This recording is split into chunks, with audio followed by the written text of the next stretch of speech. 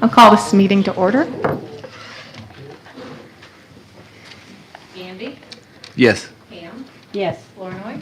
Yes. Rasmussen? Yes. Toohill? Yes. Anderson? Yes. Hallie? Yes. Great. Are there any changes to our agenda tonight?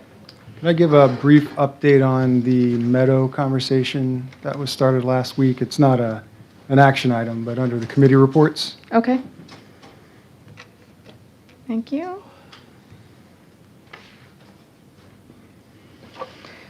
All righty. The consent agenda tonight consists of approval of the minutes of the June 8th, 2020 council meeting, approval of June 12th, 2020 payroll in the amount of $123,725.03, approval of USDA Step 1 debt in the amount of $12,975, approval of CoBank interim financing debt in the amount of $26,965.74, approval of general obligation debt in the amount of $1,259,331.25, approval of state revolving fund debt in the amount of $679,456.25, approval of the May finance report, a resolution approving cigarette permits, acceptance of the library board minutes, resolution of the 2021 salaries for city employees, resolution of employment for Park and Recreation Department,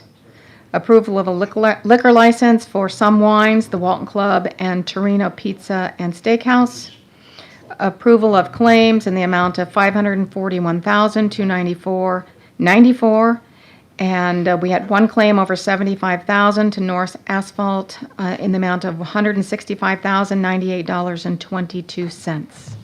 Take a motion to approve. Motion to approve. Moved Set by minutes. Moved by Gandy, Second. second by Toohill. Any discussion? Please call the roll. Gandy? Yes. Toohill? Yes. Anderson? Yes. Hallie? Yes. Flournoy? Yes. Pam? Yes. Rasmussen? Yes. Okay, under public forum and appearances, we did have a written request by Bart Walton.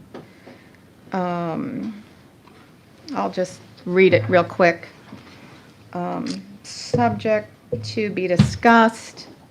COVID-19 safety precautions. I want to voice my opposition to the decision to no longer require masks at the rec center. We are trying to avoid another general shutdown. We all need to do our part until the virus is completely under control. If you look at countries where the virus has been successfully controlled, everyone wears the mask. Wearing masks in public places has been shown to be the #1 best measure to reduce spread of the virus. Thank you, Bart Walton. Calvin, go ahead. I did talk to him yesterday. I called him because he had left me a message also. And, he noted that on our doors at Park and Rec, it does say masks recommended. And then he pointed out that if they're recommended, that our staff should be wearing masks. So I asked Calvin to come tonight and kind of talk about, how they came up with their decisions and however you want, whatever you want to say. Thanks for having me. Yep, it was my decision. So when we first started out with the reopening process of this, we had some pretty strict rules and policies in place just because there was so much unknown going on with this. We didn't know if our doors would be flooded with people coming in. We didn't know if anybody would come in. We had no idea. So at one point, we did require people to wear masks. And over a few weeks of monitoring this and seeing the people come in and stuff like that, so we have moved all of our equipment. We have spread everything out. And we are fortunate enough to have a facility like the Cambridge Sportsplex that is so big that we've spread everything out to where everything is over 6 feet apart from each other. So to me, it didn't make sense to require somebody to wear a mask in there working out if all of our equipment is over 6 feet apart from each other. And the other reason with it being summertime, it's every year our attendance drops. People are outside, they're in the parks, they're recreating elsewhere. So with that being said, is we've now allowed a limit of 6 people in the large weight room and 2 in the small weight room, because that's the number right there that'll keep people 6 feet away from each other. Now, we can't control it if they're walking right past each other or anything like that, but when they are there working out at the facility, we have equipment or we have restrictions in certain areas to where you can be 6 feet, you'll be 6 feet apart from each other. You know, I took a photo today on my phone. I don't know if anybody wants to see it, but it was kind of a long shot of down at the Cambridge Sportsplex there, where we have equipment moved out onto the gym court to allow people to spread out. Was 2 individuals down there on 2 different pieces of cardio equipment. Those are the only ones down there at that time. They're probably 30 feet away from each other. I guess I don't think that they should be required to have a mask on. I'm not saying that you shouldn't wear a mask, that we're against masks or anything like that, but we're giving them the option. If they want to wear the mask, then they can wear the mask, and we do recommend them. And but there's just some cases to where, to me, you know, a lot of times they say, if you can't social distance, wear a mask. Well, we are really enforcing the social distancing aspect of it by moving the equipment around and keeping people away from each other. So, Great, thank you. So you're following all the state guidelines that Oh, yeah. particular phase that we're in, right? yeah. And And are we've we got, more stringent or less stringent? Are we more stringent than the state guidelines? in regards to Anywhere? anywhere. I mean, the social distancing, that's the main thing. I mean, we've got signage up everywhere, and then the limitations in the rooms that are smaller, then, you know, that's why we put a number on that, so that, you know, if we were to just open up the weight room and say, all right, you know, anybody can come in, that would be a complete violation of social distancing. But by us just allowing 6 in at a time, then people are going to be able to spread out from each other. Just one other question. So have people begun to schedule basketball and volleyball games for this winter? No. You haven't heard anything from them? No, haven't heard anything on that. But, you know, it's, at some point down the road, we're going to have to start discussing that, because we host JV freshman volleyball games there. And, you know, sometimes those go later in the evening, and you got people all on one court there too. So it's just something that's going to have to be discussed as And we, there are also after-school programs that, and the after-school program that takes place too. So. Have you had an opportunity, have you spoken with a public health nurse about the precautions you're taking at the rec center? No, the only thing, I get some stuff from Dan Miller. He's the safety inspector, or the health inspector here in town. So I've got some stuff from him, and then we go on the CDC site and then basically listen to the governor when she puts stuff out there too. So. Does a public health nurse know about the different precautions that we're taking at the rec center? We had that, what was that?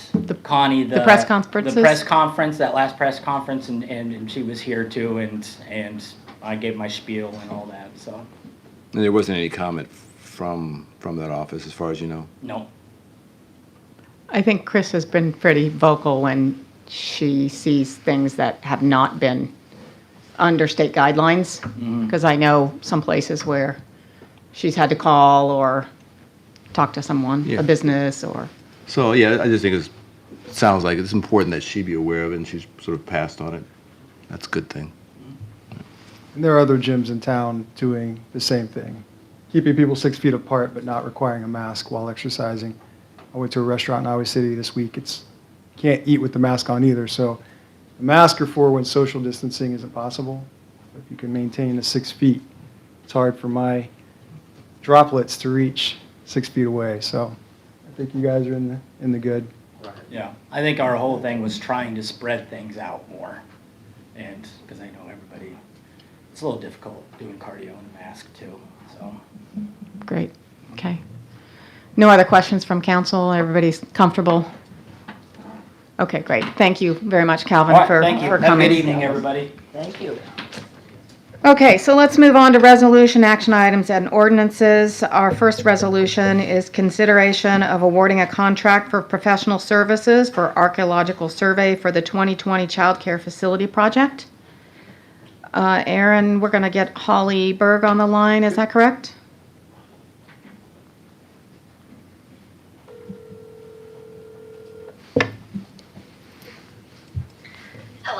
Hey, Holly, this is Aaron Quaker. How are you doing today?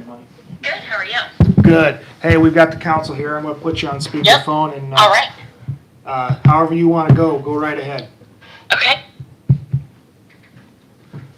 Go ahead. You're on speakerphone. All right, perfect. I was watching on YouTube, so I was ready to go. Good evening, everyone. Holly Berg from Area 15 Regional Planning Commission, and the contract for tonight is a part of the CDBG child care facility project that is for Jefferson County kids, but as it's a CDBG project, it goes through the city. Part of the environmental review process is needing to have some archaeological work done just to ensure there's no historic remains or artifacts in the area of the project. And so that is done through using an archaeological consultant. So procurement process was done. Aaron was one of the representatives, as well as Josh Larrabee, to review proposals from firms. 4 firms responded to the proposal, and the highest ranking, or the number 1 ranked one, was Midwest Archaeological Consultants, and so the contract is there. The project, the funds will be reimbursed from the grant to the city for this project. So the prices in there, there's 2 different prices listed in the contract. It just depends on what level of review is needed, which will be determined by the archaeological consultant. So it's a city expense, but it gets reimbursed 100% from the CDBG grant. Any questions? That was my question, who's gonna pay for this, but the grant is, okay. The grant will pay for I it. move that but- we approve the contract. Second. Okay, it's been moved by Flournoy, second by Gandy, to approve this contract. Any discussion? Seeing none, please call the roll. Flournoy. Yes. Gandy. Yes. Thanks, Holly. Toohill. I'll Yes. talk to you later. Hallie. Yep. Yes. Rasmussen. Yes. Ham. Yes. Anderson. Yes. Okay, that was approved unanimously to approve that contract for the archaeological survey where the new child care center is going to be located. Next resolution is consideration of amending the fee schedule. Melanie? So last year you passed a resolution establishing fees for different types of city equipment when we have to use them on private property. And included in that resolution, you established a price for cold patch. And this is an asphalt mixture that we have out at our shop that people can buy at a per ton cost. If they've got to fill a pothole in their driveway or leveling out an area, they can purchase it from the streets department. If you go to Lowe's or Menards and buy this, you buy a 50-pound bag for $25, which comes out to be like $1,000 a ton. What we are proposing, instead of having a set dollar amount in the resolution, is that the resolution states our cost of the materials plus $25 is what we would charge a citizen for picking that up. And that $25 covers our costs to bring the material from Tumwa to here. So we buy it at a bulk rate. We use it mainly, but occasionally we have some citizens, the school district typically buys some off of us. So we'd like to establish the rate of our cost plus $25 per ton. Motion to approve? Second. Is there a minimum $25 charge? Or is that prorated by the ton? Prorated. Okay. It's $1,000 a ton plus $25. Over what? Regardless of how many tons you take, right? Our cost is $110. So the cost right now with this batch would be $135 a ton. If you buy half of it a ton, it's half of 135. So yes, you're correct. It is prorated. It's just we're giving them a really good deal. The $25 isn't much, but it's still a much better deal than if someone would go buy an individual bag. Melanie, over what period of time does this motion or this resolution supposed to cover? The original resolution for those fees suggested that we look at the equipment costs every 2 years. So as we go into the budget season in October and November, we'll be looking at updating those fees for the equipment, which would also include anything else on that list. So does this resolution allow for that or state that we're going to revisit the fee structure? Because these fees, it looks like in the exhibit or the attachment, these fees are fixed. The equipment fees are fixed, and that was passed last year. The only thing we're modifying with this resolution is the cold patch. The original resolution last year stated that we would look at it every 2 years. This one's just coming up because with everything going on in the world, asphalt prices have gone up, which means that our costs are higher, and we need to account for that. So in this resolution, it is going to be reviewed in a fixed period, within a couple of years, is that what you're saying? Yeah, Okay. All right, thank you. Okay, so it was moved by Anderson and second by Flournoy to approve this change of the cold mix to the tonnage plus $25 per ton. Any other discussion or questions? Not, please call the roll. Anderson? Yes. Flournoy? Yes. Ham? Yes. Toohill? Yes. Rasmussen? Yes. Hallie? Yes. Gandy? Yes. Okay, that was approved unanimously. The next resolution is accepting the proposed street improvements resurfacing 2020 as final. So this project included a 3-inch asphalt overlay over several different seal coat streets in the city, including Polk Avenue, 8th Street, Gear, and 12th Street.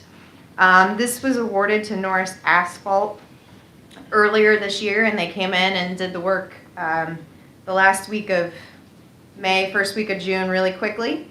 And so they have completed all of that work.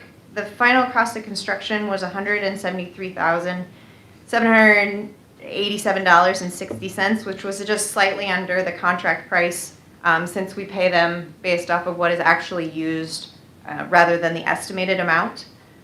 So that work is complete, and we would recommend accepting it as complete and beginning the 2-year warranty period.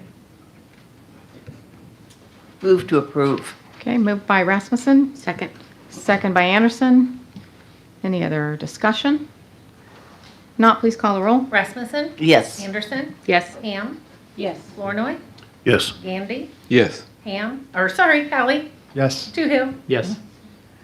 Okay, that was approved unanimously to take that resurfacing as final.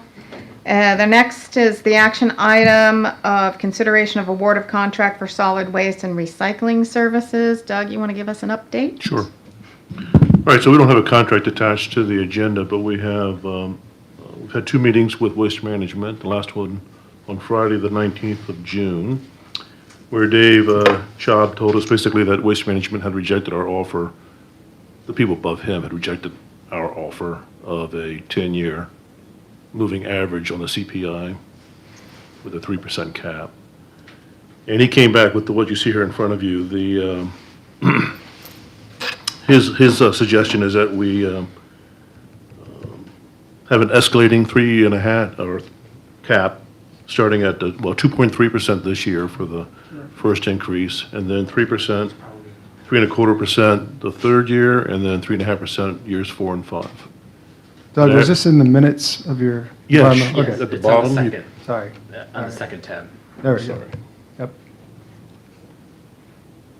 It's the June 19th. Yes. Thank you. So that averages out to a 3.1% average increase over the next 5 years. So Tom moved and I seconded that we bring this to council and recommend approval. So it's what he's suggesting is a 5-year contract? We would ask for, That was what the RFP was for, is for a 5-year Okay. contract. okay. And we had asked for a 3% cap, and he's moving it up how much? Well, they asked for 3.5%. We wanted no more than 3%, and we settled at 3.1% on average Okay. over 5 years. We're getting 2.3% the first year.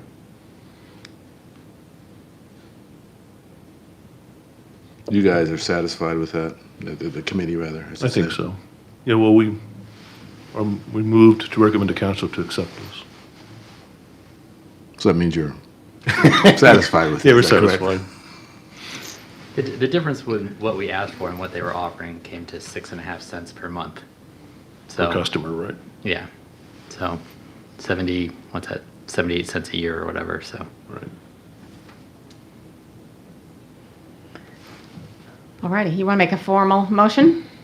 Sure, I would move that everything else in the contract would remain unchanged, except for this escalator clause, so. Or how about recommend to approve it in principle until we get it in. Well, right, we'll have to accept this clause, or this rate schedule here for the escalator clause, and then it would go into effect July 1, but we wouldn't have a written, completed contract until probably the first meeting in July. And I already told that to Dave, and he was happy with that. So we would, in essence, raise prices on July 1 to $13, which we've already approved. These escalators wouldn't kick in until next July. Which is July of 2021. Right, that's when the first 3% increase would come into play. Okay. So I'd make the motion that we accept that escalator arrangement. Okay, is there a second? I'll second. Okay. Question? So we're going to have a contract review when? Every year, annually. When's the next time we're going to be reviewing a contract? It would be in probably May of 2021. What about this contract, the one that we're negotiating? Are we negotiating a contract now? Yes, that's what we're doing now. Okay, so will we have one to review? This escalator that we're agreeing to is in place, begins in July of 2021. No, it goes into effect July of 2020, this year. Okay. Our current contract expires at the end of June. Okay. But it doesn't go to 3% until 2021. We agreed on a $13 base, which is a 2.3% increase starting in July 1, 2020. And then July 1 of 2021, it would be a 3% increase on that $13. So we're going to have a new contract beginning July 1? No, this year? this would be a 5-year contract, and these are the rates increases that we would see over the next 4 years. Do we have a new contract coming July of this year? Yes. Okay. As council, when will we be able to review that contract? I'm hoping the first meeting in July. Because we've been negotiating with the rates and stuff, we haven't been able to sit down and say, all right, write a contract. We just finalized the negotiation on Friday. So Waste Management, Doug Schaub and I will have to work on that to get the contract back to the council after getting approval from our attorney to get it to the council. We're hoping that we get the approval or get the final written document to you for the first meeting in July. In principle, we're approving it as the RFP was approved with the escalator as for going forward, but we'll have a written contract for the first meeting in July. The contract will be effective as of July 1st? Correct. It's unchanged from the current contract except for the base rate for charging $13 plus this escalator clause. I see. are the only It's two unchanged differences. except for that. It's unchanged except for that. Okay. Right. That makes it clear to me. Thanks. Sorry. Not clear. Thank you. Yeah, we weren't, these are the only two things we were negotiating. Gotcha. Okay, so we do have a motion on the table. Flournoy motioned and Two Hills second. Any other additional questions or discussion?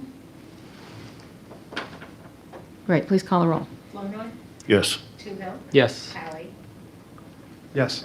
Ham, Yes. Gandy, Yes. Anderson, Yes. Rasmussen. Yes. Great, thank you. That was approved unanimously to accept having the contract written ultimately, and we'll see that contract next meeting. Okay, ordinance number 1187, amending the city code 20.12 and 20.14 concerning enforcement and penalties related to animal control. This is the second reading. Motion to move from second to third and final. Second? Okay, moved by Anderson, second by Gandy. Question, Doug? No. I misunderstood what she said at first. Okay.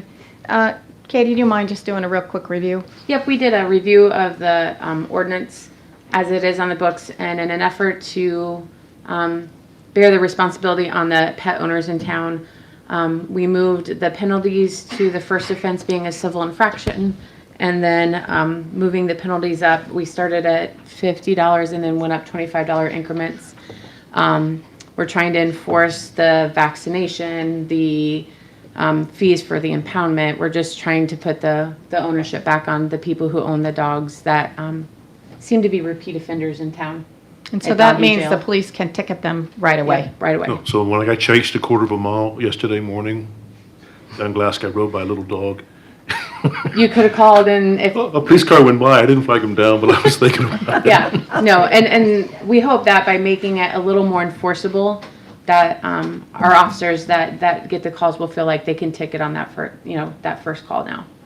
So we're hoping to make it a little more enforceable by the officers here in town.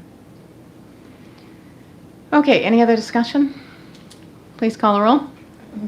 Anderson? Yes. Gandy? Yes. Flournoy? Yes. Ham? Yes. Hallie? Yes. Rasmussen? Yes. Toohill? Yes. Great, that passed unanimously. Next, ordinance 1188, amending city code 20.78 concerning airport height regulations. Melanie, do you want to just do a quick review again?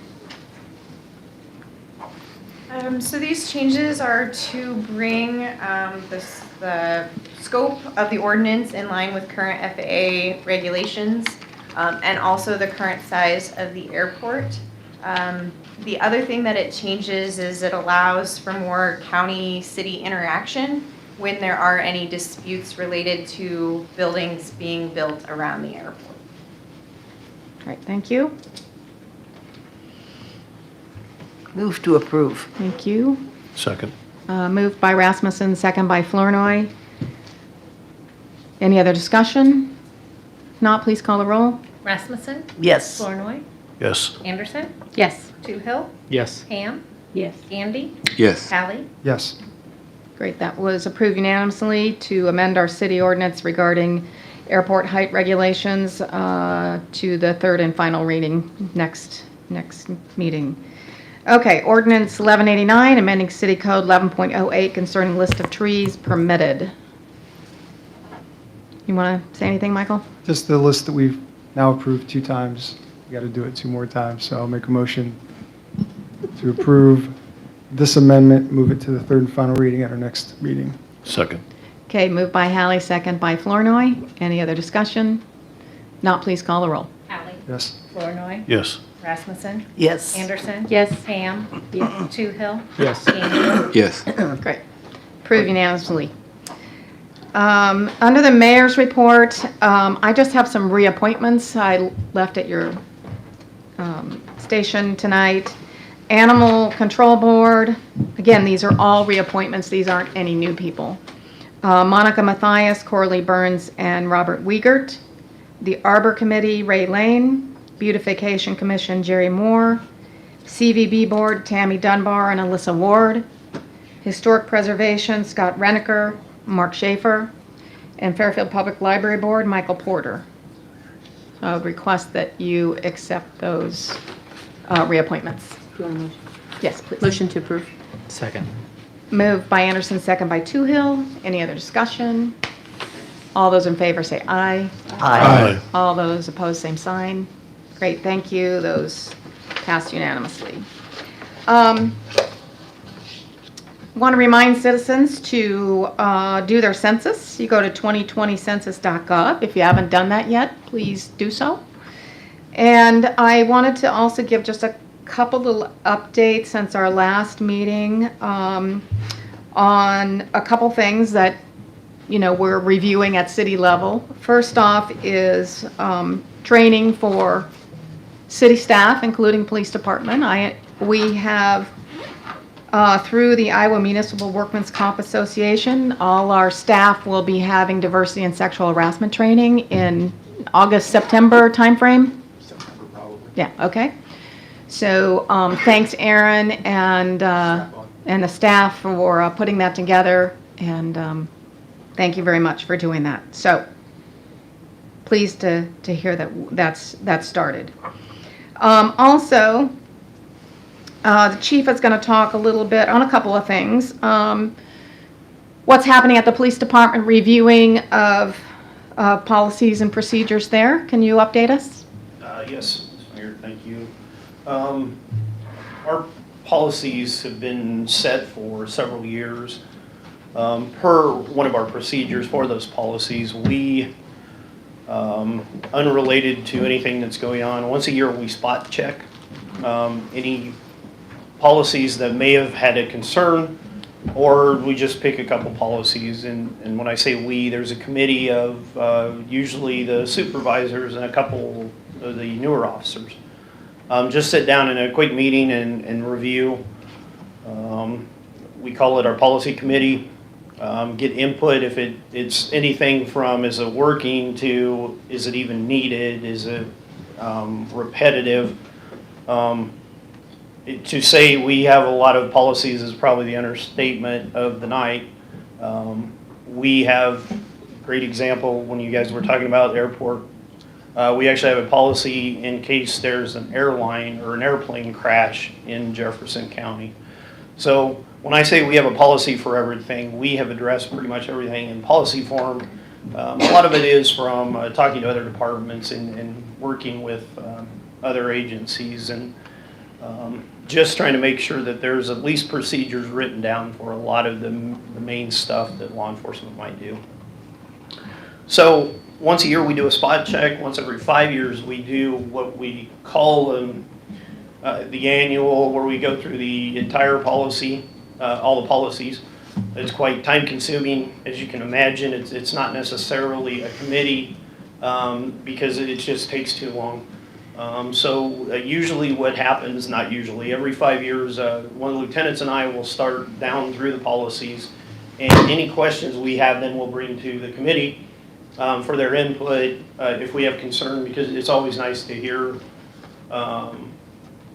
from several, not just me and a lieutenant or lieutenant and I trying to decide what we need to do to our policies. And it just so happened we'd started January 1st in that procedure, our 5-year. So we bumped up our, spent to the top of the list. We usually do an alphabetical order, but we took to committee our use of force policy, our resistance reporting policies, and any policies where use of force might be mentioned in there.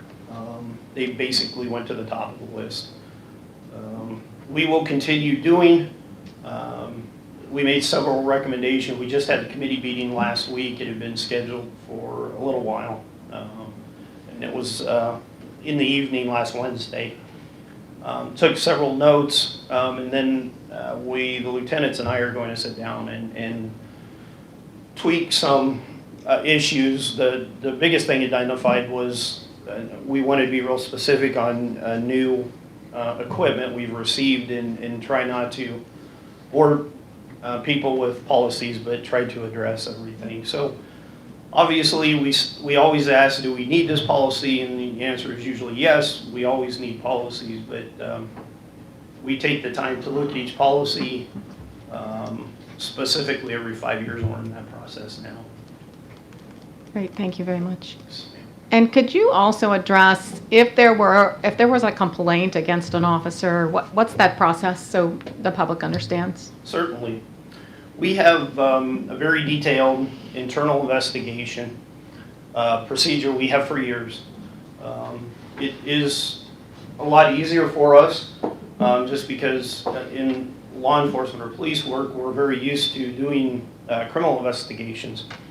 And internal investigation is treated the same way. If we have any concern or a concerned citizen, either one, so this concerned citizen contacts me, or a supervisor comes up and says, hey, I'm not for sure, we need to take a look at this call. So it doesn't necessarily have to be a citizen filling out a written report like we used to. We did away with that policy several years ago where it can just be verbal. Maybe they don't want to put it in writing. But I tell them up front that any concern will be investigated.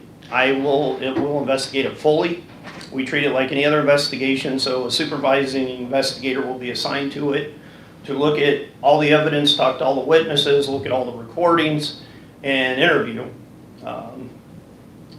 Usually, when I'm talking to the citizen, I will explain to them Our policy is real simple. They have 30 days to investigate it and report back to me. And they actually first report to Lieutenant Kinsella, as she's in charge of internal investigations. Then they bring it to me, my office. And so we like that policy because 3 supervisors have looked at it. It's just not me getting upset, or it's just not maybe a sergeant getting upset. It's 3 supervisors who looked at it and said, do we have an issue? Don't we have an issue? But it's treated like any other criminal investigation where everybody has a right to be heard. And that's kind of what the investigator's job for the 30 days is, to thoroughly investigate it and report back to Lieutenant Kinsella and then me. I do tell the citizen, there are some things under our policy I can definitely tell them. If we have 7 or 8 different categories of findings of an internal investigation, everything from founded to partially founded, and I explained each one. Obviously, founded means our employee made a mistake. Partially founded is self-explanatory now. So part of the complaint was founded, and maybe another part. We have exonerated. We also have one that's a policy failure. It's not necessarily the officers, it's the policy we have, or lack of equipment, or lack of training. So we have many different categories. I report that to the citizen that files the complaint. I tell them up front that due to employee confidentiality laws at both the state and federal level, I can tell you what has happened with the internal investigation. I can't tell you anything about employee discipline. And you also cannot assume there was discipline or assume there was no discipline. I just can't discuss it, so I tell them up front that if I tell you it's founded, I can't then tell you what that the officer was suspended, or the law doesn't allow me to do that. So they're very clear up front. Sometimes citizens will say, well, I don't want that done. We still do an investigation just to make sure. We still assign a supervisor just to make sure. The supervisor talks to the officers that witnessed it, any other citizens that will talk to them that witnessed it and watches the recording, just to make sure there isn't an issue. Sometimes complainants won't cooperate with our investigators. We can't force them to sit down in an interview with us. We offer to go to them. We offer to call them. But it's, like I said, it's the same way in a criminal investigation. We like to listen to all sides of the story and then present it to the courts. And that's kind of what we do with the internal investigation, although it's presented to my office at the end. It still gives everybody the opportunity to have transparency. A lot of times I will report back to them if it's not an active prosecution. I can actually sit down and show them the recording. That helps quite a bit because I've had a lot of citizens very upset. I don't think the citizens are being dishonest with me. It's perception at a very stressful time. I guarantee they thought they were totally calm when they watched the recording. A lot of times in my office, they'll say, I didn't realize I was that out of control and the officer was calm. But it's not that it's just nice to calmly when there's not a huge emergency going on or a fight going on to watch all the recordings that we have. It is a lot easier now because we do record almost everything from several different angles. So instead of having to, when I first started, we had to talk to all the witnesses and there were hardly ever was recording. Well, now you're right there on the chest of the officer and you're experiencing the call, and you can have them experience the call too. So when we say we have a pretty advanced internal investigation, we utilize it. We keep percentages, how much founded every year, how much is unfounded. And a lot of that's public record if it's requested. Great, thank you. Thank you very much You're very welcome. for that explanation. Yes, I'm going to ask the council if they have any questions for Chief, so go ahead, Paul. Yeah, thank you. Chief, thank you for that exposition, that report. You talked about 2 different types of review. One has to do with policy, which you conduct on an annual basis, I believe, and also every 5 years. Yes, sir. That's the review conducted internally by the police? The internal review, I should also mention, I always explain to citizens, this is the first step we give them. When I first started, we basically told them if you have a problem with the police. No, I'm talking about the policy. I'm talking Yes. about policy, that part, that first part, the policy. I'm sorry. What You, was your question again, sir? you, on an annual basis and every 5 years, I think you said. Yes, You conduct policy review. yes, sir. Okay. A complete one every 5 years, yes. Okay. That's a review conducted by the police. Yes, sir. Is there any, do you take any outside review? Is there any outside review? Other than attorneys, no. We've offered reviews. We've asked a lot of citizens' participation in a lot of it, and I understand it is difficult. We've had a lot of public meetings, everything from coffee with a cop to, which is more of an informal, to a citizens academy where we sat down and it actually had them go through police training in a classroom. So there was some understanding. Policies aren't, we can't get coffee with a cop attended. And I don't blame people. Everybody's very busy. A lot of people don't have. We had coffee with a cop a couple of years ago. We were doing it once a month. We would send 4 or 5 officers, and we usually had the biggest part of the group there. Usually it was 2 to 3 people would come to talk to us. A lot of times there wasn't any, to the point where we discontinued it. It just was taking too much time. I'm not complaining, but there's a lot of outreach we've tried to do,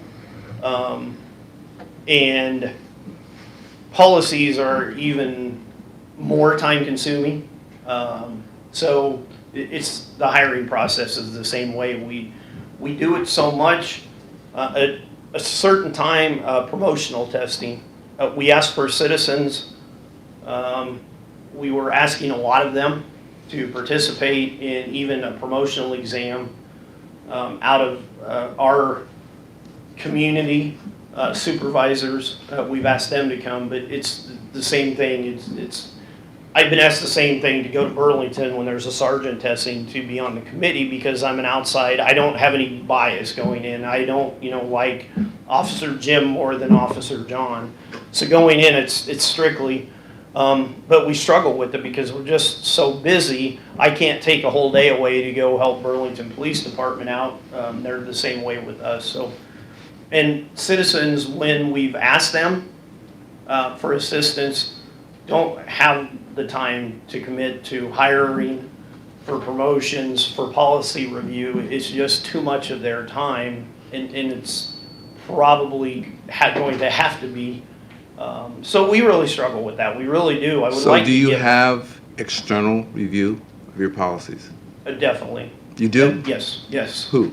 We have several attorneys, and like I was saying before, when I first started, when there was an internal investigation,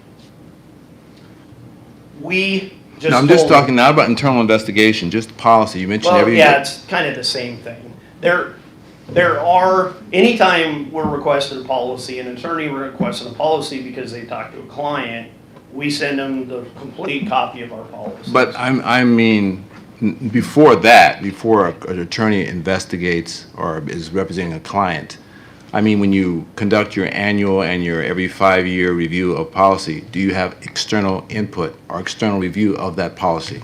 No, sir. It's internal. The second point is, the second I think you're talking about is when a citizen makes a complaint about an officer. Correct. What the process is. Yes. As I'm hearing you, the process is entirely internal in terms of review. Is that correct? Yes, sir. Is there any external review? If a citizen makes a complaint to the police, other than the internal investigation which the police conducts, is there any external review of that complaint? That's a great question, and I apologize for not. I'm tired. I'm really glad you guys have Mr. Gandy because it's a first step. And it's the first step we didn't used to have, well, basically mediation.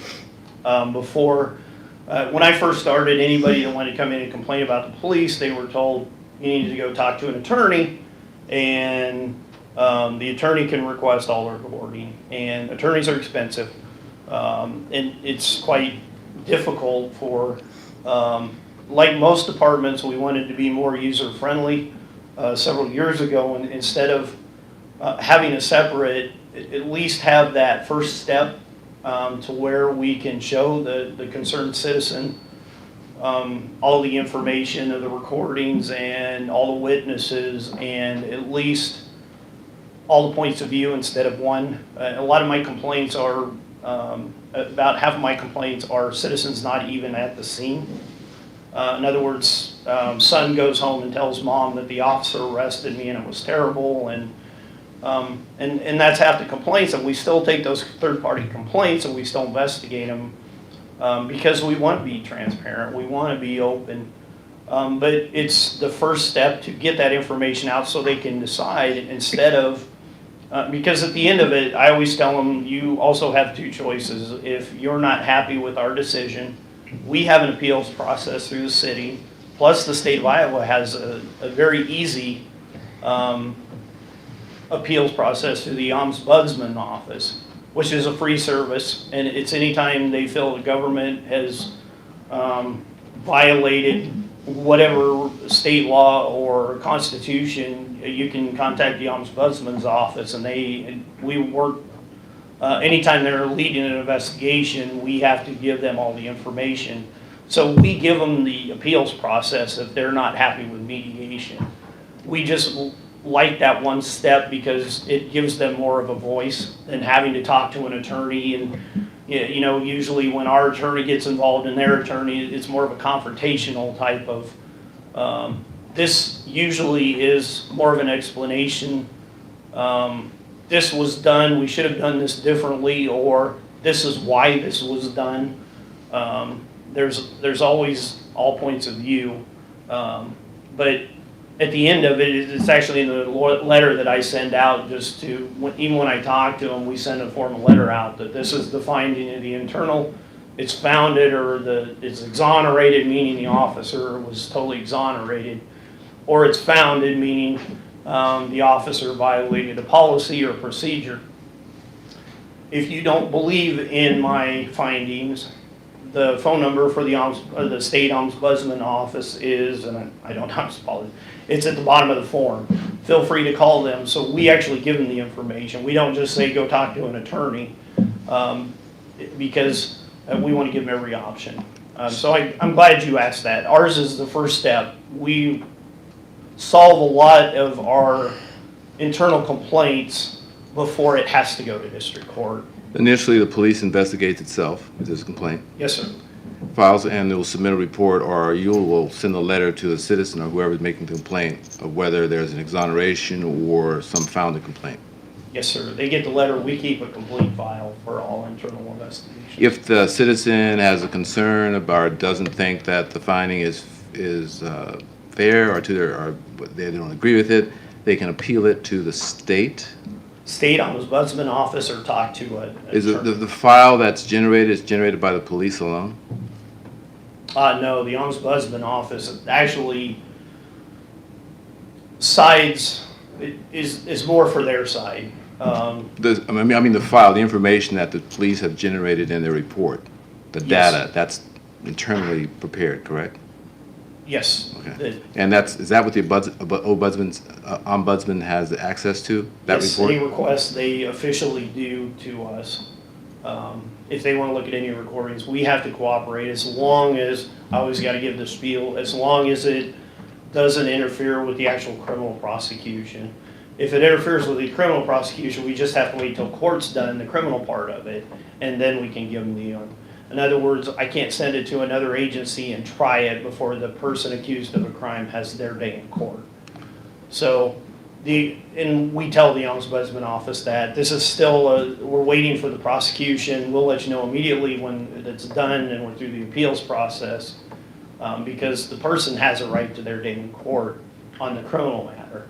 Usually that isn't an interference point, but I always have to check that. I always have to check with the prosecutor's office. And it's a difficult job. It's a difficult job you guys do. And I think that, I know why, I think you're taking this time, we appreciate it, so that citizens who will watch this will understand the police process. So I'm asking these questions because I want to understand it better for my benefit, and I think perhaps there may be other people who have an interest too. Definitely. We also have other good news. The mayor mentioned to me tonight that once we get through COVID and a couple other things, probably the end of July, we would like to start having a town hall meeting where we can sit down 3 or 4 and just answer questions directly from citizens that have concerns. We are looking forward to that because sometimes they're not as well attended as than when that's the topic of the day. So these are the best times to have town hall and explain. If I came up 2 months ago and said, "Hey, we're going to have a policy meeting. Who wants to ask questions about our policy?" I'm not going to get any questions. Here's what I hear when I hear what you're saying, when I'm listening to what you're saying, and here's what I think that a concern I have, and maybe other citizens will have, I don't know. To what extent are the police being reviewed? You're talking about the policy being internally reviewed, but there's not much, if any, external review, that is by citizens, for example. And then you describe a process where a citizen may have a complaint or someone may have a complaint about police activity, and the review is internal. So it's the police looking in or investigating the police. For the citizen to go beyond that, or for citizens to review what the police do, there's more steps they have to take, more expense they have to incur. So that's just something when I'm listening to you that I'm curious about and want to know more about, and think there may be some concern about, well, to what extent are police being beyond themselves, beyond the police themselves, to what extent are they being monitored, right, by the citizenry, by the city in our case, by the city of Fairfield. And in listening to what you're saying, I don't know to what extent that police have that kind of review. And it's going to be, I think it's going to be when you have the town halls, I think that may be a topic you can expect to have questions about. I appreciate that. And the big picture is, we get this a lot in the job. It's actually a complaint the other way. There's a lot of people that think police can come in and solve civil law matters or demand something from a person. And there's a lot of times that we're explaining that this country we live in is a free country that lives very strongly government influence on the private citizens' right to do whatever. And there's always that oversight that we face all the time. And it's statewide, nationwide, is our court system. We tell people all the time that we don't arrest you. You're not guilty of anything yet. You have your day in court. We just have to have a level of probable cause to arrest you. But later on, to be found guilty of this crime, you have to be shown beyond a reasonable doubt in court.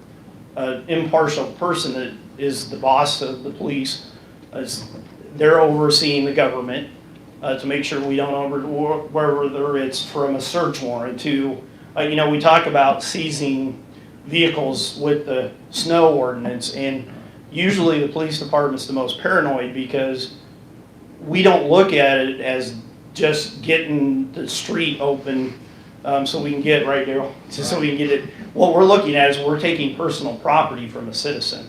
And we may have to go later in front of a judge and explain why we're doing that. We can't just tow somebody without the city ordinances we have. But we have a high standard because we're always in court. Because the courts always have oversight. So That's an excellent question, Mr. Gaines. Sometimes we forget to tell the normal citizens that we have very limited power because the courts, they're always charged, that's what we train our officers. You may do everything the way we teach you, and this law says you have to search a car this way, and this is the only way you can search it. And then the Iowa Supreme Court says, nope, we're not going to allow that anymore. And even though you were doing it right when you did it, if the court changes their mind, it's still wrong now. So that case gets kicked out. And it's not, we don't want to get mad at the system because that's the country we live in. We live in a free country that limits the police department taking freedom away from citizens. And if a judge in Des Moines says you're not going to do that, we have to stop doing that. So there is large oversight that a lot of citizens forget about. We just wanted to make it an easier one for the citizens to maybe satisfy them before they had to go to court. Because courts aren't scary. I know, Mr. Gandy, you've been in a lot of court. You're just telling your side of the story. It can be scary. It can be scary. There's some rules, but the judge is going to side on their I mean, we have to show beyond a reasonable doubt in court. We probably are the hardest on ourselves because of the high standards that we have. So the police oversight, to say, my biggest complaint as a chief of police is I've told officers all the time, I reviewed this and you really don't have to take that much abuse, both verbally and physically. But it's because they understand their recording.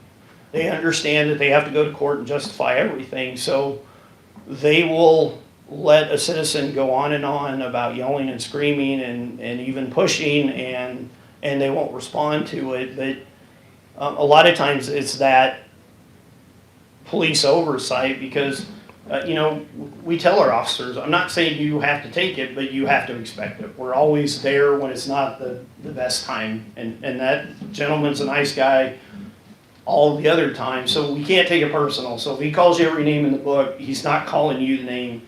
We expect you to remain professional. So there is police oversight, but it's because of the high professional standards, and I don't want to lower those standards by taking that away because it gives us the ability to review. Like I said, every time we're looking at a policy also, do we need to change this policy? Is it not working? Are we putting our citizens and officers in harm's way by having this policy? So we spend a lot of time because, quite frankly, we've done the job for 20 years. We understand we have to answer. There's not anybody in the private sector that has to answer the emails or has to answer to elected officials, but that's what we signed up for. That's Chief, the country we live in. Also, when to Paul's point here, when you go through the investigation and you're saying it, goes to the supervisor and then the Julie and then to you, and you give your findings to the citizen who complained, and if they're not happy with it, they can go to the state, which you mentioned. Can they also go to our own Civil Service Commission? Definitely.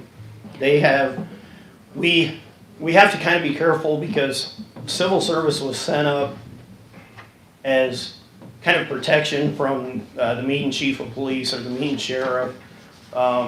They actually have oversight over me, so I can't discipline somebody unfairly, or I can't hire my friend. They have to pass several tests and be on a certified list. So we are hesitant to let civil service look at it. We'd rather it go to the court system just because they have a specific civil service law oversight over the police department. They're not basically based for complaints as much as they are hiring and Okay, great. Thank you You're very for welcome. distinguishing that. I don't want an answer tonight. This is a food for thought. But yeah, you're right. There's a lot of interest in police all of a sudden, and because of recent events. I hear you, and I heard your predecessor, Julie, and I know you guys have a lot of turnover, that you guys have a stressful job. So here's the food for thought, and you're going to get asked this at the town hall, so something you guys can discuss internally. Don't need an answer tonight. In what ways or what services the police provide could potentially be provided in other ways? So other cities have social workers handle civil disputes, not armed officers, and have had some success with that.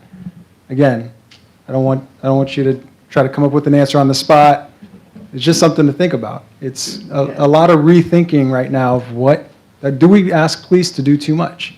We have a lot of turnover in your department, and it's a problem because you train an officer and you lose them, and you have to hire and train, and you guys have high standards for your officers. So taking something off your plate could be part of that solution. And maybe when someone comes to your door and they're not an armed officer, that would de-escalate just in that way. So I'm not going to cite examples at this time, but I'll probably be at one of those town halls, and we'll ask that question if no one else does. But I'm almost guaranteeing you're going to get asked that question. So it's just something to think about between now and whenever we get to have that town hall. I appreciate it, Mr. Kelly. I'm actually prepped on it. If you want, I've been received that by email a couple times. It's tough. I've been asked about the San Francisco programs where the issue is we just don't have those resources here. I wish we had 100 different city departments that handled everything from health and welfare to, I could probably go on and on. Unfortunately, in Jefferson County and Fairfield, we have one tax-paid mental health counselor. She isn't able to be on call 24 hours a day, obviously. So we then have to rely on the private sector, which makes government nervous, but we don't have a lot of options. And that's the biggest thing I've been trying to explain to, we don't have the huge resources of San Francisco. There's no way we could afford to employ all those counselors that it would take. We're going to have a huge budget. We would love that. We don't have those we only have 5 or 6 with Optime is the private sector. We have Optime has been very excellent about stepping in and supplying 2 appointments.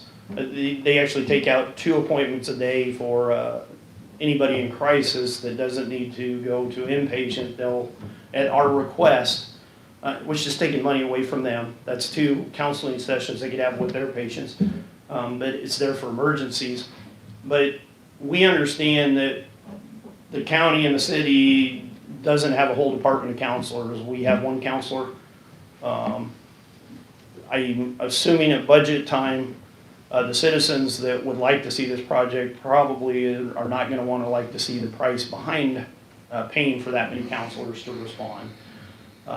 So we basically now do with what we know when somebody's in crisis. I've talked about it before, but when I first started at the police department, they said, don't call us, mental health isn't a crime. Stop calling us. Well, we figured out over the years we're still going to get calls when somebody is in crisis and they're out in the middle of the street screaming. They're going to call 911. Nobody's available to go, so we know it's going to have to be a police officer. So we specially train them knowing that we're going to get called at the crisis intervention team level, which is a national standard. More than half of our department is trained at that now, and they evaluate. It would be great if I had 10 counselors waiting on standby, but I would love it. Hopefully you can get it in the budget, Mr. Well, let's talk about civil service or civil officer. We used to have somebody who patrolled downtown checking Community tires. service officer. Yeah, he wasn't armed, but he enforced a very strict and limited local ordinance, which was the And once parking again, ordinance. it's one employee Yeah, and But, you know, we. we talked about so- getting a civil officer to do animal control. I don't think animal control is a full-time job. So again, you know, we can't do 10, but could we start with 1? These are just, you know, these are just questions that are worth considering. And so to say we don't have the budget, San Francisco is, you know, yes, it's true, but it's also obvious.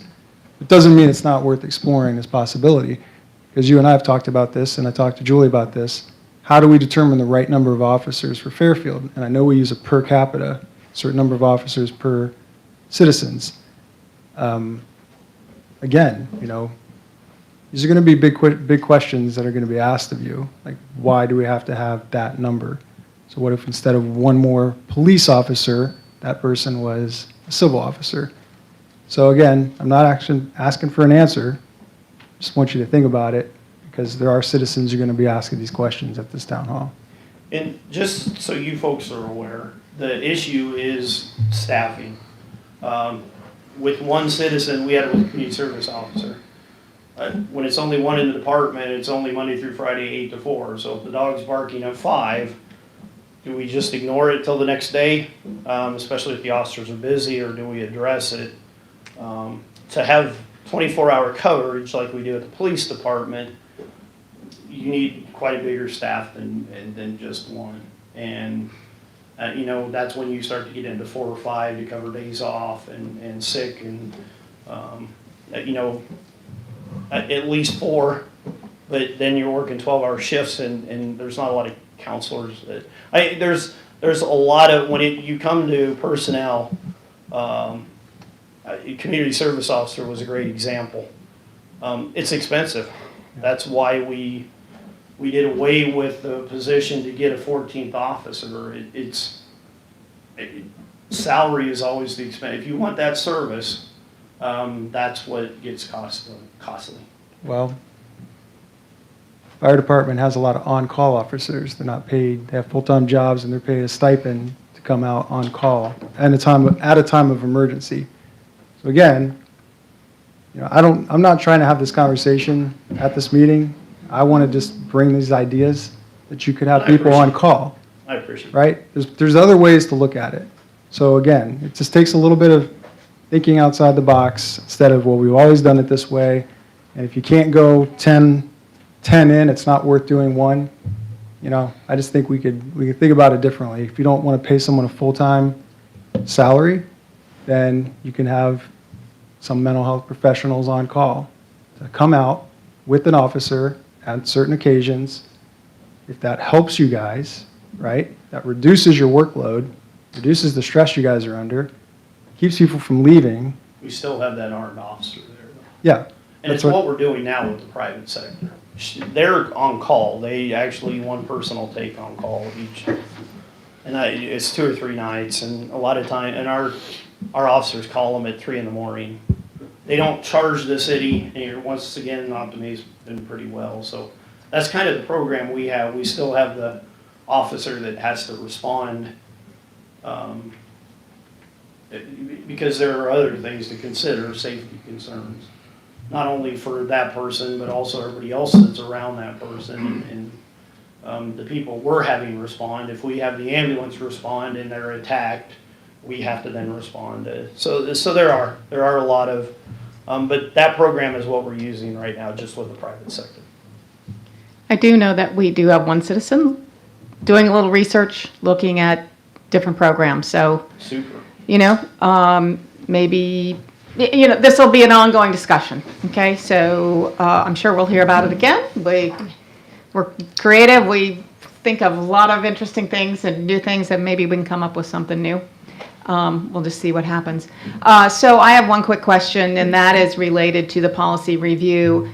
Based on this conversation, if we had 1 or 2 citizens call me or any of the council members and say, hey, I would be open to reading through all those policies and giving you my feedback, are you open to that? I mean, it seems like you would be open to that. Is that okay? Yes. That if we If the citizen wants it, maybe we can put together a little committee to, Yeah. they can meet and go through things too, and then there can be some feedback between you and the department. The only thing we're gonna ask is, we're definitely open to that. It's the shortage right now until September. Sure. When we get the 3 officers back from the academy, the end of Yeah. September. Yeah, they could work independently, Right now. for that matter.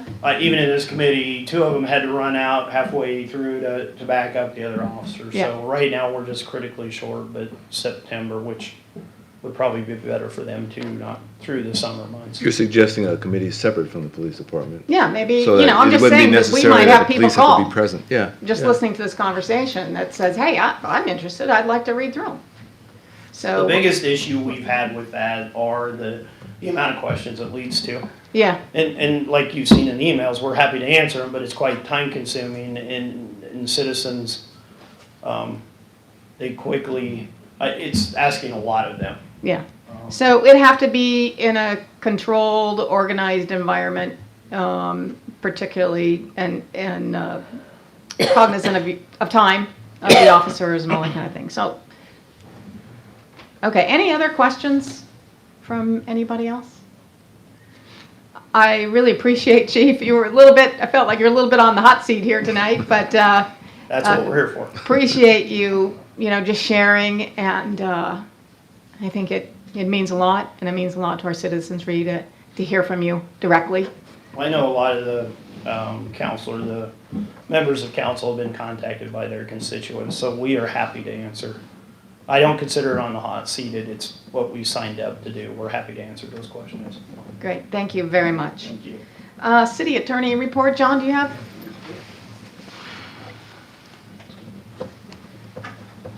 I've been listening very closely to him. Really? Really, I don't usually do that, do I? No. When you have these town hall meetings, might be a good idea to circulate to the council ahead of that time the policies and procedures manual we have right now. It's about 250 pages. It's about that thick. And it's evolved in the last 25 years. It's got all of the good recommendations from the National Association and the State Association of Police Officers, and then it's adopted as the internal guidelines. That's all internal in the department rather than external. And that's sort of the starting point, but it's fairly complicated. And most of it's annotated, and that means that there's cases behind most of those policies that are in there. So you may have a real debate and discussion at a town hall meeting, and you may at some point just have to tell people, no, that's not the way that works. But I think it's healthy to get that all discussed. I was listening also to the idea of citizen volunteers. We have crisis intervention volunteers in town, and that's who you're calling at 3 in the morning. That's a great program. 20 years ago, for at least a few months, I was a mental health referee. And I remember one night when 8 law enforcement officers from the sheriff and police department, plus 2 ambulance attendants, had a person that was on 2 or 3 kinds of drugs. It took all of them to get him in a straitjacket to bring him on his knees to me so we could have a conversation, which was really not much of a conversation. But the things about some of that and what you involve your volunteer in is how you really tell them what they're getting into and what we're prepared to do to assure them they're not going to get knocked off in the middle of that experience. That's all part of your thought process on this. The other thing that's always a concern when you're talking about what you do when you have somebody that's part-time helping the officer or is stepping in and doing some things on a limited basis is there is a whole body of law about delegating authority, because in the end you have one person that is authorized by the code to take control and exercise the authority. And when you start talking about other limited authorities or deputization or people that are there to help but they really can't step up, you're going to run into all kinds of liability questions, and that authority question comes back always to the police department. So I guess my thought is we're going to have some interesting discussions in the next few months while that's going on, and all of those things, they come back to us in this room as far as what you finally do. But I was mouthing my own answers to what Dave was answering here about the reviews that take place, because every so often you'll get some new inserts on your policies and procedures manual. And the police department has an entirely, some of it's the same as our personnel policies that the city has for all the departments, but most of it's also law enforcement related. So I would encourage that maybe there's a way to get that circulated around the council before this fall if you have town council meetings with town hall notions, because you're going to probably run into a lot of people that want more explanation than you go prepared to give at that point. But enough said about that. This has been... We'll probably need you there, John, too. Well, I'm going to stay in the background, but hope that the materials are in everybody's hands, because you do fine raising questions and talking about it. And I know when we first talked about it, it was really, I mean, it was to help people understand about some of the procedures, investigations. For example, why is it taking so long? And how do you handle that? You know, it certainly wasn't in what's in the public domain right now, the conversation that we're having now. Right. So it you know, it's certainly gotten more complicated in the last couple weeks, and that's okay. I mean, it needs to be talked about, right? So, anyway, Yeah. so we'll have that at some point. I listened to this conversation, very interesting and thought-provoking. The thing comes to my mind is what we really need to focus on as much as this is make sure we have good officers. Find good officers, good people to be your officers, and train them well. Do those two things. Do those two things. You can avoid a lot of this. The city attorney report I was going to give, I told you before that we probably weren't going to have any court proceedings until mid to late July. Today we had a telephone hearing over the injunction application filed against the 2080 agency ambulance service. And the court got the three defense attorneys together with the attorney from Des Moines for the plaintiff, allowed us a half hour to make our legal arguments only. There was no testimony. There was no evidence presented.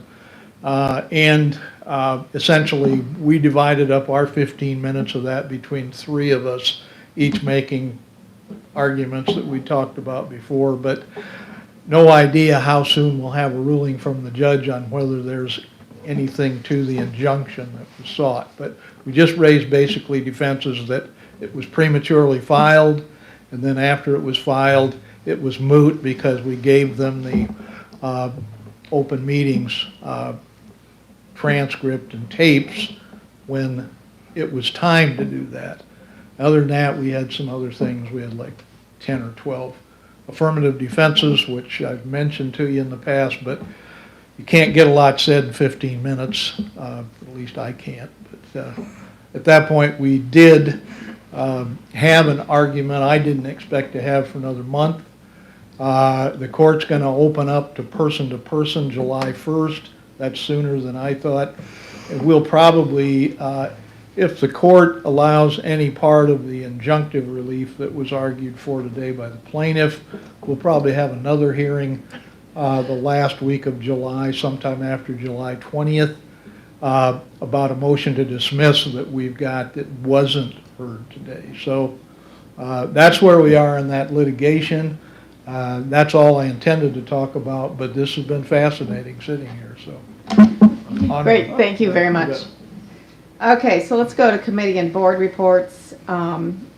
Franchise, environmental franchise, we've already talked about that. Yeah, I just would like to remind the council that we'll still have on the table the debate about the charges for billing and salary and the balance for that fund. So just, that'll come back later this fall. Okay, great, thank you.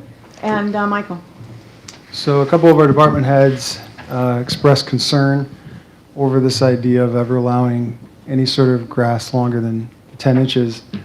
And I did some research, and just to set their anxious minds at ease, it is not, it's not a situation where someone can just let their, whatever they've got growing grow and call it prairie.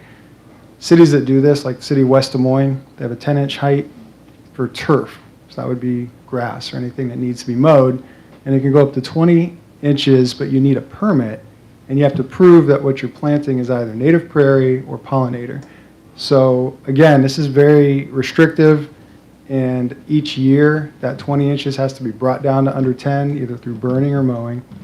And there would have to be some sort of certification process for whoever's keeping this pollinator or prairie, to have once a year someone come in during the growing season and say, yeah, this is 90 to 95% this, not a bunch of weeds. So again, this isn't something most people are going to try to pull in their backyard. This is more open for things like schools or people with a hospital, or somebody has a large area where they want to do a native planting. So again, I'm not pursuing this unless the gentleman who called last week contacts me, which he hasn't yet. So don't expect this to come to property committee, but at the same time, if it were, there's so many restrictions that it would not be something that you would see the average homeowner being able to take advantage of. It's meant more for larger scale projects within city limits. It may still be worth exploring at some time, but I just want to let you know it's not anything that's going to change our code and open things up to a lot of unkept, crazy looking, very long grass yards. Thanks, Michael. Appreciate that. Administrator and department reports?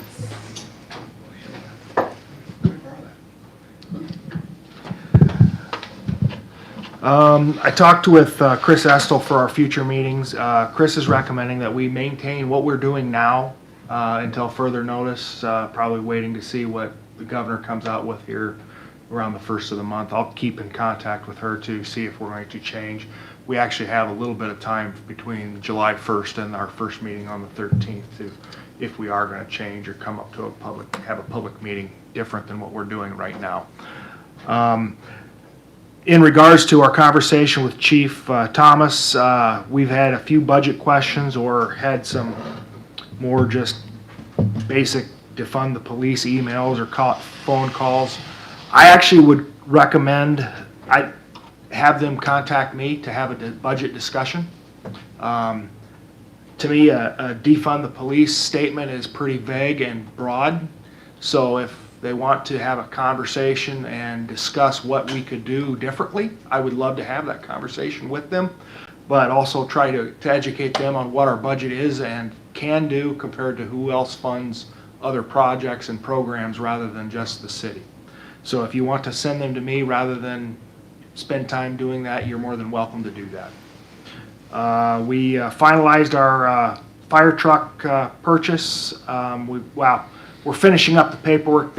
Most of it should be sent off today. We're getting the insurance information sent to them also, so that's pretty much finished. The good news is we did purchase the DOT property. I will be working with our city engineer. We're going to also be trying to find someone that could help us possibly look for some grants and do some other funding things to see what we can do with the possibility of the new fire station so that we can keep this as budget neutral as we possibly can. We know it's going to cost money. We've already budgeted some money, but we want to try and keep that within reason too. So we don't have good numbers for you. We've got ballpark numbers, so we're going to continue to work for the future to get you better numbers for that. So that's all I have. Can you disclose that the bid price or no? I don't know if that's. The sale price. 235. It was sent to us. How did it go? It's public information. I'm curious how it went. We purchased the property for $235,000. It was online? Yeah. Okay. Was there somebody out there who was interested as well? Yes, there were actually I would say in the last 10 minutes there were 4 bidders. And then there were 2. And then there was one. And then there was us. So it was an interesting auction. So Great. it went well. So Melanie? All right, Jason, if you'll bring up that 20-minute presentation on Highway 1, I'll get started. pull the plug.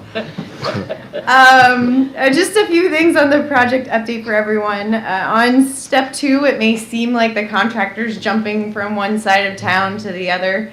That is because they have multiple crews working. They have one crew that is doing the tunneling or the underground boring under the roads, and then another crew laying the pipe. So, for example, the boring crews were working near Forest Park and under the railroad this last month. Now there's not going to be anything going on in that area. Next month they'll pick up again. So that's why you're seeing crews kind of working everywhere on this project.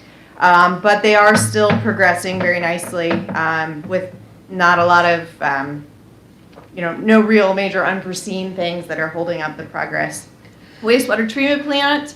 We're not ready to close out the first part of the project, but we are getting close. We're working with USDA to do a partial release of retainage.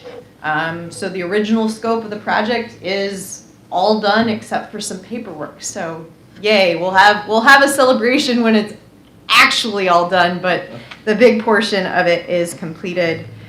On Highway 1, we had some good progress this month as well. That Shive Hattery submitted the preliminary plans to the DOT.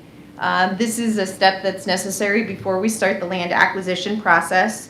And I do have those drawings in my office that if anyone has particular concerns or wondering how how the sidewalk looks here or there, we do have some preliminary ideas going forward. We will eventually have to have a public hearing regarding the land acquisition of that project here in a few months. Then on 9th and Burlington, this was a DOT safety grant project to do curb ramp and pedestrian improvements at that intersection. They were looking to start that this week. I did not touch base with them today to see if that was still the plan. They did some cutting. Okay, so they have started on that work. And again, that project's being funded with DOT safety grants. And then lastly, starting after the 4th of July, city crews will be starting water main replacement on Carpenter, West Carpenter Avenue. So this is a dead-end street off of 4th. And again, the city crews are doing that. The main impact to residents will be that they'll not be able to park on the street during construction. And then not on the project update, but kind of my other hat with the planning and zoning side of things.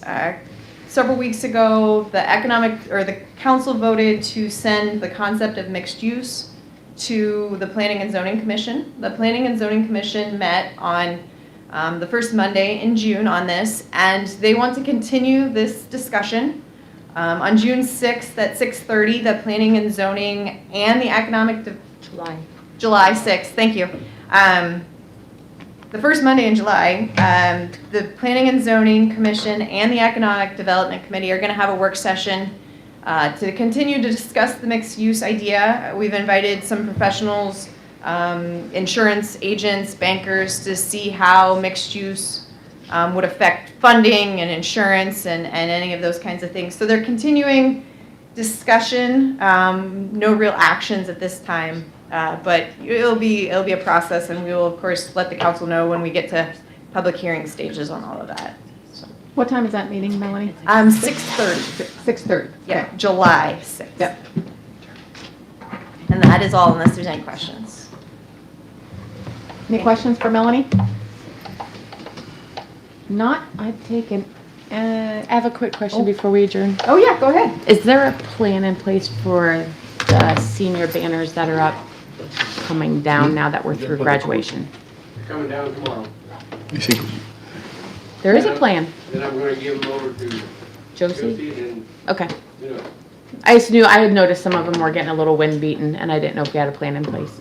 we were waiting till after, Fake graduation. whatever you wanna call it. Friday. There you go. The graduation that Didn't happen. didn't happen.